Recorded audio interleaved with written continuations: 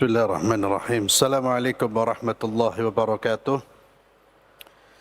Innal hamdalillahi nahmaduhu wa nasta'inuhu wa nastaghfiruh wa na'udzu billahi min shururi anfusina wa min sayyiati a'malina. May yahdihillahu fala mudilla lahu wa man yudlil fala hadiya lahu. Wa asyhadu an la ilaha illallah wahdahu la syarika lahu. وأشهد أن محمدًا عبده ورسوله لا نبي بعده وبعد إخواني في الله وأعزنا الله وإياكم. Melanjutkan pembahasan tentang tabarruk mencari berkah, dan terakhir kita membahas tentang keberkahan masjid. Di antara keutamaan masjid atau keberkahan yang terkait dengan masjid, di antaranya adalah membangun masjid, mendirikan masjid. Ini merupakan amalan yang mulia, dan harta yang digunakan untuk membangun masjid merupakan harta yang diberi barakah oleh Allah Subhanahu wa taala.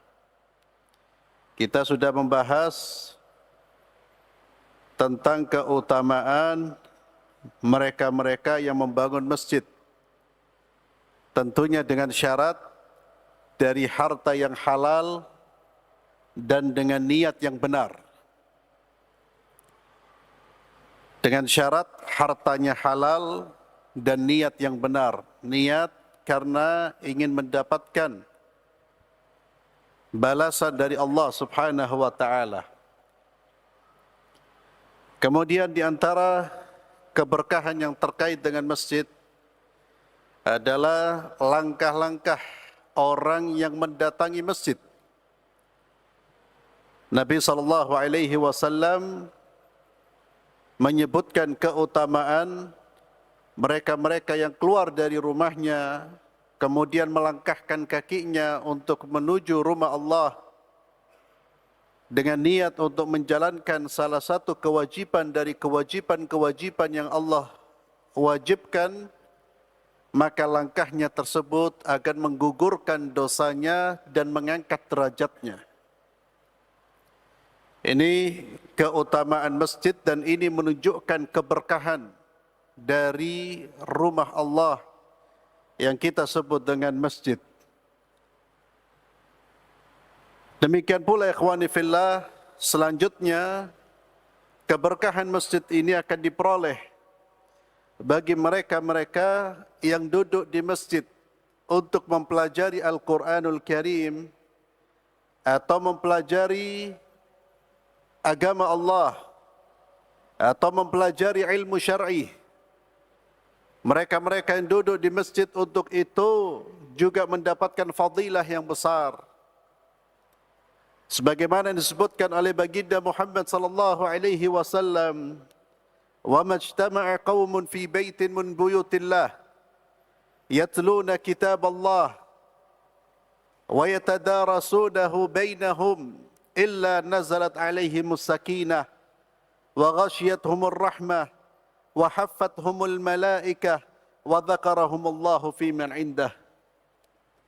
Tidaklah suatu kaum berkumpul di salah satu rumah dari rumah-rumah Allah, yakni masjid, untuk membaca kitab Allah dan saling mempelajarinya, melainkan akan turun kepada mereka sakinah, ketenangan.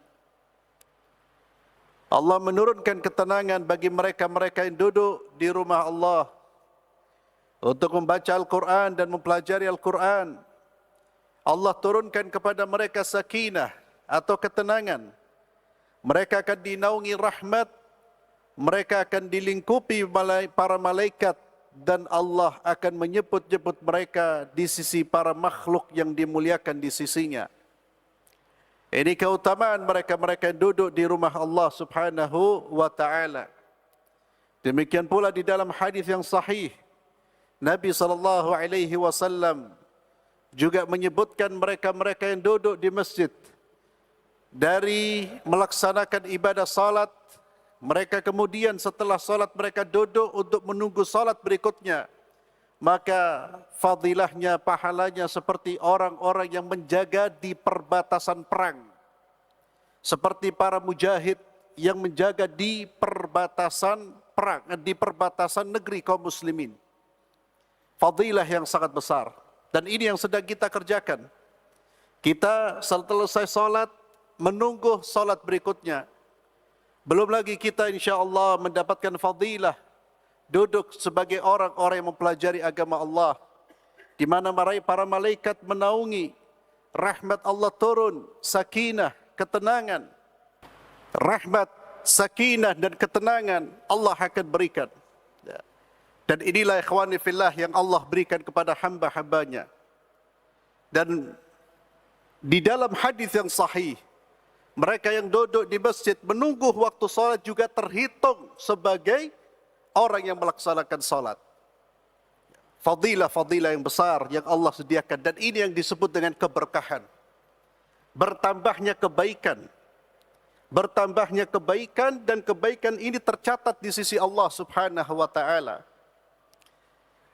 Dan di antara masjid-masjid yang memiliki keutamaan yang lebih besar atau keutamaan yang dahsyat, keutamaan yang besar adalah 3 masjid, yaitu Masjid Nabawi, Masjidil Haram dan Masjidil Aqsa.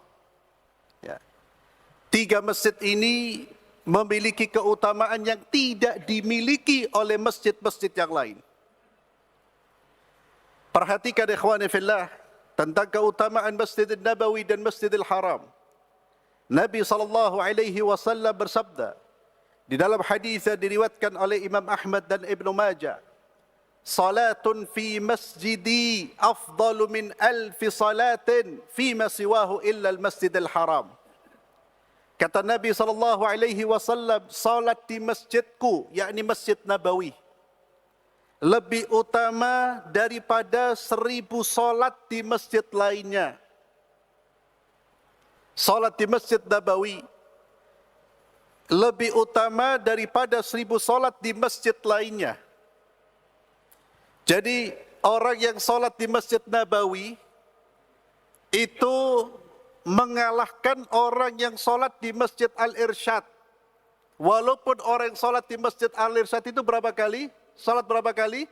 1000 kali.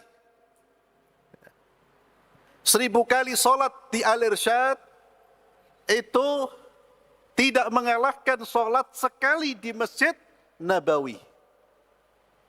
Oleh karena itu, kalau seandainya kita diberi kesempatan oleh Allah untuk melaksanakan ibadah umrah dan haji, jangan sia-siakan.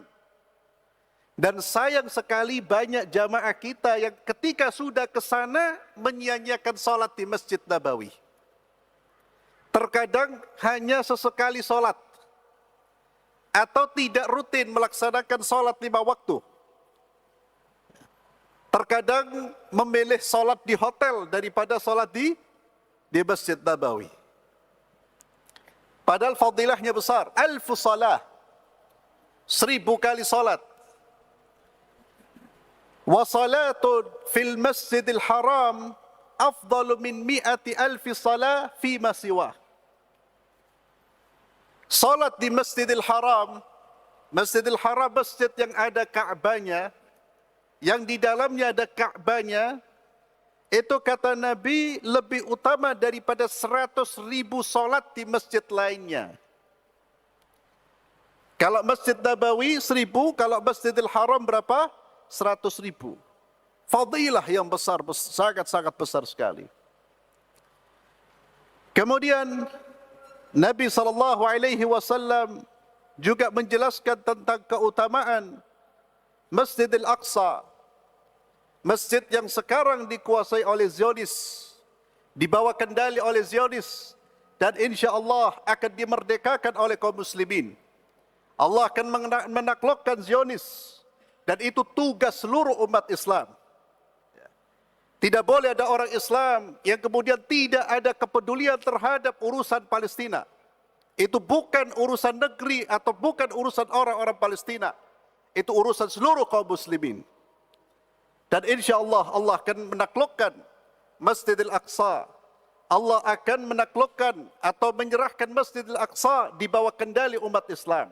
Sekarang kendalinya bukan di bawah kendali umat Islam, tapi di bawah tekanan Zionis, Yahudi. Masjidil Aqsa juga merupakan masjid yang memiliki fadilah yang besar. Nabi SAW bersabda, "Was-salatu fi Baitul Maqdis bi 500 salatin." Salat di Baitul Maqdis sama seperti mengerjakan 500 salat. 500 salat. Dan Masjidil Aqsa merupakan masjid pertama atau kiblat pertama umat Islam. Umat Islam sebelum diperintahkan oleh Allah menghadap ke Baitullahil Haram, Allah perintahkan untuk menghadap Masjidil Aqsa. Dan itulah tempat di mana Nabi SAW mampir ketika peristiwa Isra wal Mi'raj. Di dalamnya Rasulullah SAW salat bersama seluruh para Nabi dan beliau menjadi imam. Maka Masjidil Aqsa adalah masjid umat Islam. Dan mudah-mudahan Allah Azza wa Jalla menyerahkan kekuasaan Masjidil Aqsa kepada umat Islam. Ma'asyiral muslimin, 3 masjid inilah yang juga kita dianjurkan untuk berangkat ke sana dalam rangka beribadah. Diperbolehkan melakukan perjalanan jauh untuk ibadah ketiga masjid ini. Nabi SAW bersabda, "La tushaddur rihal illa ila 3 masajid." Kata beliau SAW, janganlah bersengaja melakukan perjalanan jauh dalam rangka ibadah kecuali ketiga masjid. Masjidi hadza, masjidku ini Masjid Nabawi, wa Masjidil Haram, dan Masjidil Haram, dan juga wa Masjidil Aqsa, serta Masjidil Aqsa. Itulah 3 masjid yang kita dianjurkan, diperbolehkan untuk berangkat jauh-jauh, sekalipun menempuh perjalanan jauh untuk beribadah di dalamnya. 3 masjid itu saja. La tushaddur rihal, kata Nabi, jangan melakukan perjalanan jauh kecuali ketiga masjid tersebut. Maka itulah masjid yang memang diberi kemuliaan, diberi keistimewaan yang Allah berikan, yang tidak Allah berikan kepada masjid-masjid yang lain. Termasuk ikhwani fillah, yang punya keutamaan adalah Masjid Quba. Masjid Quba. Dan insya-Allah jika kita pernah melaksanakan ibadah umrah dan haji, mampir biasanya ke Masjid Quba. Ini masjid yang pertama kali dibangun oleh baginda Muhammad SAW dalam perjalanannya menuju Madinah. Beliau SAW bersabda terkait dengan Masjid Quba. Kata beliau SAW, barang siapa yang bersuci dari rumahnya, kemudian dia menuju Masjid Quba, dia bersuci, man tatahhara, dia bersuci dari rumahnya. Kalau kita umpamanya tamu yang datang ke Madinah, kita tinggal di hotel, maka bersucinya dari hotel. Intinya bersuci dari tempat kita tinggal. Barang siapa yang bersuci dari rumahnya, lalu dia datang ke Masjid Quba dan salat padanya dengan 1 salat, maka baginya seperti pahala umrah. Hadis diriwayatkan oleh Imam Ahmad, An-Nasa'i dan Ibnu Majah, dan hadis ini sahih. Ini di antara masjid-masjid yang memiliki keistimewaan, keutamaan yang tidak dimiliki oleh masjid-masjid yang lain. Dan ini kesempatan bagi kita yang diberi kelonggaran finansial, keuangan. Kalau kita ada kelonggaran, kita bisa berangkat umrah, kita bisa berangkat haji, maka jangan sia-siakan kesempatan yang Allah berikan kepada kita. Perbanyak amal saleh. Perbanyak amal saleh, termasuk salat di tempat-tempat yang Allah sediakan fadilah, keutamaan yang begitu besar. Bagaimana kalau kita belum bisa berangkat ke sana? Karena kondisi finansial kita, kondisi keuangan kita, bagaimana agar kita bisa, apakah bisa kita mendapatkan fadilah padahal kita tidak mampu berangkat ke sana? Bisa. Dengan apa? Dengan niat. Dengan niat. Niatkan. Niatkan dengan sungguh-sungguh. Tuluskan niat kita. Tekadkan keinginan kita. Kuatkan azam kita. Kalau seandainya kita diberi kelonggaran finansial, keuangan, kita diberi kemampuan untuk berangkat ke sana, saya akan berangkat. Niatkan. Maka niat itu akan menghantarkan kita pada posisi orang-orang yang melakukan perbuatan ibadah tersebut. Walaupun kita belum melakukan, belum sholat di sana, tapi Allah sudah memberikan pahala seperti kita telah sholat di tempat-tempat tersebut. Niat. Nabi SAW bersabda, "Man sa'ala Allah syahada bisidqin, ballagha Allah manazil syuhada wa in mata ala firashih." Man sa'ala Allah syahada bisidqin. Siapa yang mohon kepada Allah agar diwafatkan sebagai syuhada, diwafatkan sebagai orang yang mati syahid, orang yang mati di medan perang, jika dia minta kepada Allah bisidqin, dengan sungguh-sungguh, ballagha Allah manazil syuhada, Allah akan sampaikan dia pada posisi orang-orang yang mati syahid, wa in mata ala firashih, walaupun dia mati di atas tempat tidurnya. Itu dahsyatnya niat. Kita belum mampu melaksanakan ibadah haji, niat. Belum mampu melakukan ibadah, niat. Dan niat ini harus jujur. Dan Allah yang lebih tahu siapa yang niatnya jujur dan siapa yang tidak jujur. Ikhwani fillah azzalallahu wa iyyakum, itu masjid. Dan di antara keutamaan masjid, Allah Azza wa Jalla akan memuliakan orang-orang yang hatinya bergantung kepada masjid di hari kiamat. Allah akan memuliakan dengan memberikan naungan di hari kiamat, di mana tidak ada naungan pada saat itu kecuali naungan Allah. Di padang mahsyar, ketika manusia berada dalam kondisi yang mencekam, kondisi panas yang luar biasa, ketakutan yang luar biasa, ada orang-orang yang Allah berikan keamanan. Allah lindungi mereka, Allah naungi mereka dengan naungan Allah. Salah satunya mereka adalah orang-orang yang hatinya bergantung dengan masjid. Nabi kita Muhammad sallallahu alaihi wasallam bersabda, "Sab'atun yudhilluhum Allahu fi dhillihi yawma la dhilla illa dhilluh." Ada 7 golongan yang Allah subhanahu wa ta'ala akan memberikan naungan kepada mereka di hari kiamat, di hari di mana tidak ada naungan kecuali naungan Allah. Yang pertama, kata Nabi sallam, imamun adil, pemimpin yang adil.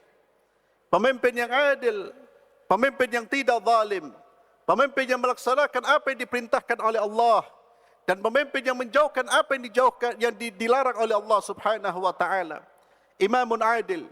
Yang kedua adalah wasyabun nasya'a fi ibadatillah, pemuda yang tumbuh kembang, pemuda yang menggunakan waktunya untuk beribadah kepada Allah. Ini juga merupakan kemuliaan bagi mereka-mereka yang masih dalam usia muda, namun syahwatnya, nafsunya, keinginannya diarahkan untuk beribadah kepada Allah subhanahu wa ta'ala. Dan itulah pemuda yang istimewa. Itulah pemuda yang hebat. Adapun pemuda yang tidak mengenal Allah, yang bermaksiat kepada Allah, yang mengikuti hawa nafsunya, itu adalah pemuda yang lemah. Dia tidak mampu melawan dirinya, apalagi melawan kehendak-kehendak di luar dirinya. Itu bukan pemuda yang hebat, yang terang-terangan bermaksiat kepada Allah, atau yang kemudian menampakkan kedurhakaan kepada Allah. Bukan hal yang dibanggakan. Tapi pemuda-pemuda yang layak dibanggakan adalah pemuda yang mampu menundukkan hawa nafsunya di jalan Allah. Nafsunya mengajak dia untuk keluar dari masjid, dia tetap berangkat ke masjid. Nafsunya mengajak dia untuk meninggalkan salat, dia lawan hawa nafsunya, dia tundukkan dia dan dia sujud kepada Allah Subhanahu wa taala. Itulah pemuda yang istimewa. Wa syabun nasya'a fi ibadatillah. Yang ketiga kata Nabi sallam, wa rajulun qalbuhu mu'allakun bil masajid. Wa rajulun, laki-laki, wa qalbuhu, yang hatinya bergantung dengan masjid. Hatinya cinta dengan masjid. Baik dia muda atau tua. Hatinya bergantung dengan masjid, maka Allah akan memberikan kemuliaan di hari kiamat. Orang yang hatinya bergantung dengan masjid, dia akan melaksanakan ibadah wajibnya di masjid. Orang yang bergantung hatinya dengan masjid, dia akan mencintai masjid. Dia akan menjadikan masjid sebagai rumah keduanya. Itulah orang-orang yang bergantung hatinya dengan masjid, dengan rumah Allah Subhanahu wa taala. Allah muliakan mereka. Dan ini menunjukkan keberkahan rumah-rumah Allah Subhanahu wa taala. Inilah ikhwani fillah azallahu wa iyyakum. Pentingnya kita di dunia ini ketika masih diberi kesehatan oleh Allah, diberi kekuatan oleh Allah, gunakan kesehatan, kekuatan kita untuk memakmurkan rumah-rumah Allah Subhanahu wa taala. Minimal salat 5 waktu di masjid. Jadilah orang-orang yang terhormat di sisi Allah. Itulah, di situ letak kemuliaan kita. Ketika kita memuliakan masjid, Allah akan memuliakan kita. Ma'asyiral muslimin, a'azzallahu wa iyyakum. Dan keberkahan masjid tidak didapat dengan mengusap temboknya, dengan mengambil bagian dari masjid. Bukan di situ letak keberkahan masjid. Tapi keberkahan masjid kita dapatkan dengan memakmurkannya dengan ibadah kepada Allah. Memakmurkannya dengan ketaatan kepada Allah.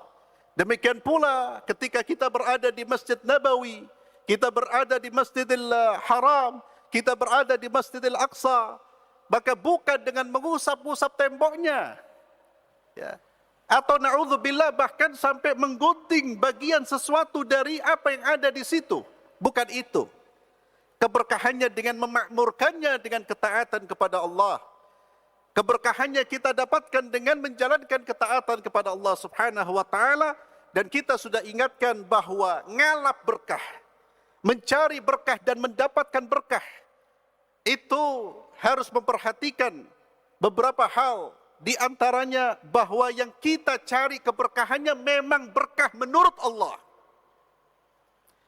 Maka kita pastikan apa yang kita harapkan keberkahannya memang betul-betul dia memiliki keberkahan di sisi Allah. Dari mana kita tahu? Dari wahyu. Dari mana? Dari sabda baginda Muhammad sallallahu alaihi wasallam. Kalau dikatakan tempat itu barakah, jangan cepat-cepat percaya. Maka tanyakan, betulkah Allah mengatakan itu barakah? Kenapa kita harus menunggu informasi dari Allah? Karena keberkahan minallah. Keberkahan itu dari Allah. Dan itu diucapkan oleh baginda Muhammad sallallahu alaihi wasallam, al-barakatu minallah. Jangan sampai kita ditipu, karena sebagian orang saat ini menipu manusia atas nama keberkahan. Menipu manusia atas nama wali. Menipu manusia atas nama kesalehan, kultus individu. Hati-hati. Umat Islam harus cerdas. Tidak boleh kita dibohongi. Tanyakan, ini barokah. Tanyakan apakah betul ini barokah. Kalau Anda kemudian dikatakan, jangan tanya-tanya, percaya saja, jangan percaya.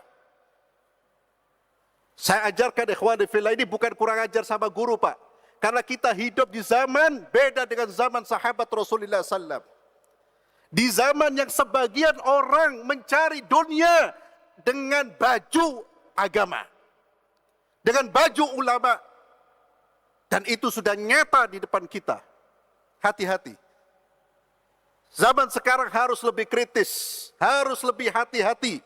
Tidak semua orang yang mengajak, mempromosikan sesuatu yang terkait dengan agama, dia betul-betul menyampaikan agama yang benar. Termasuk soal barokah. Karena sebagian orang dengan nama mencari berkah, ujung-ujungnya mencari fulus. Ya. Masyarakat yang dibodohin. Ya. Dan tempat barakah itu adalah masjid. Maka perhatikan, ketika kita mengatakan ini barakah, benarkah Allah mengatakan ini barakah? Yang kedua, cara kita mendapatkan barakah dengan cara apa? Dengan cara melakukan apa yang diajarkan oleh baginda Muhammad sallallahu alaihi wasallam. Baru kita betul-betul akan mendapatkan keberkahan. Bukan dengan cara-cara yang tidak diajarkan oleh baginda Muhammad sallallahu alaihi wasallam. Karena suri tauladan kita adalah baginda Muhammad sallallahu alaihi wasallam. Laqad kana lakum fi Rasulillah uswatun hasanah. Sungguh ada pada diri Rasulullah sallallahu alaihi wasallam adalah uswatun hasanah, dan itulah sosok yang tidak akan salah. Selain Nabi bisa salah, bisa benar.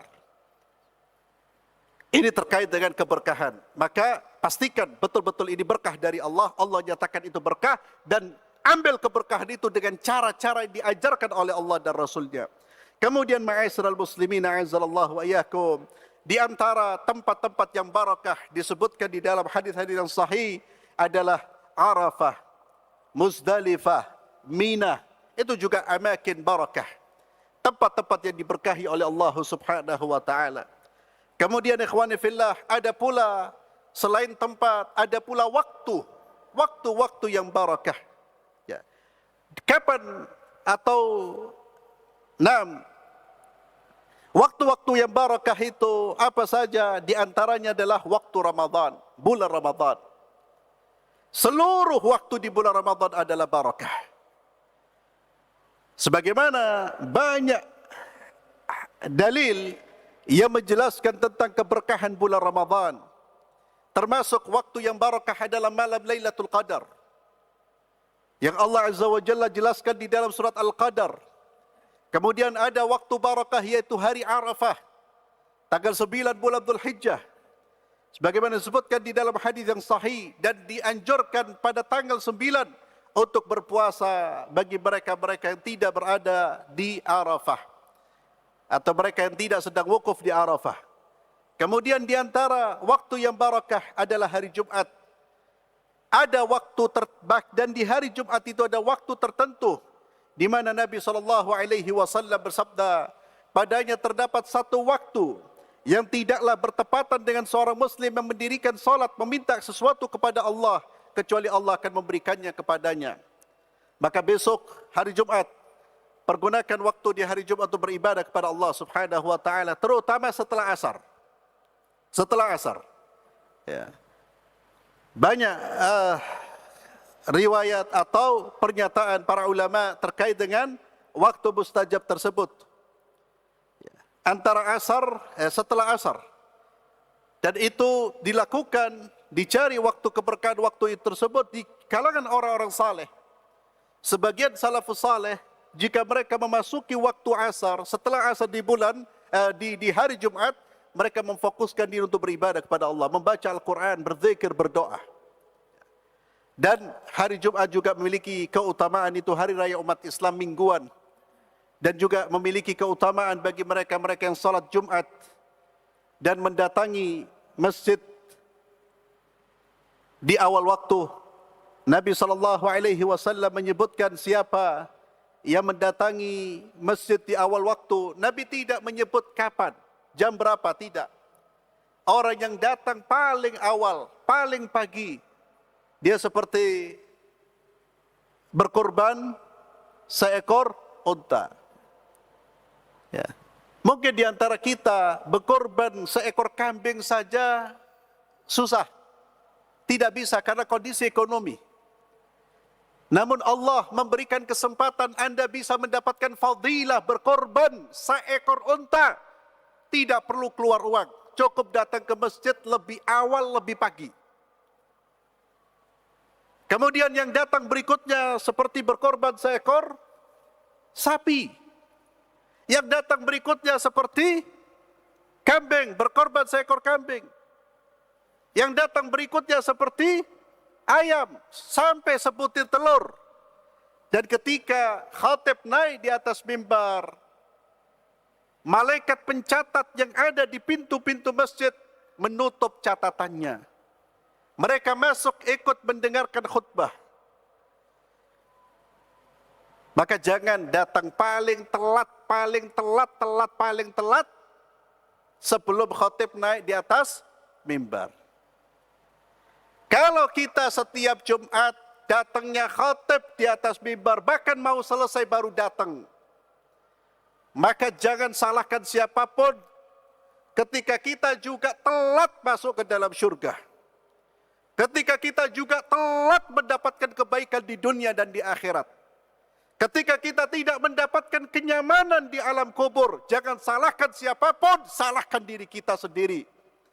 Karena kita terlalu jahil, terlalu bodoh, dan terlalu mengikuti hawa nafsu. Jumat satu kali dalam satu minggu, datang lebih awal saja tidak bisa. Tapi kadang-kadang kalau berdoa, doanya minta surga firdaus, surga yang tertinggi. Tapi yo sholatnya males. Ya, dikiranya surga itu dengan mimpi. Kita saja kalau mau sukses di dunia, lihat orang-orang sukses itu, mereka kerja keras. Kalau kerjanya lebih pagi, dapat Pak. Ini mau sukses di akhirat, sholat telat, Jumat telat. Dan telatnya itu puluhan tahun. La haula wa la quwata illa billah. Mulai dari umur 20 sampai 60 tahun telat terus. Sampai putih, namburi terus. Ya haula. Ya apa itu? Terus kita mengharapkan keberkahan, kebaikan hidup. Manfaatkan ikhwani fillah. Usia yang Allah berikan kepada kita kekuatan ini, manfaatkan. Terutama dekatlah dengan rumah Allah, masjid. Di barakah usia kita. Usahakan 5 waktu di masjid, subuhnya, isyaknya, usahakan Pak. Allah akan memberikan banyak kebaikan. Di dunia, di alam barzah maupun di akhirat kelak. Kita akhiri dengan doa kafaratul majlis. Subhanakallahumma bihamdik. Asyhadu an la ilaha illa anta astaghfiruka wa atubu ilaik. Assalamualaikum warahmatullahi wabarakatuh.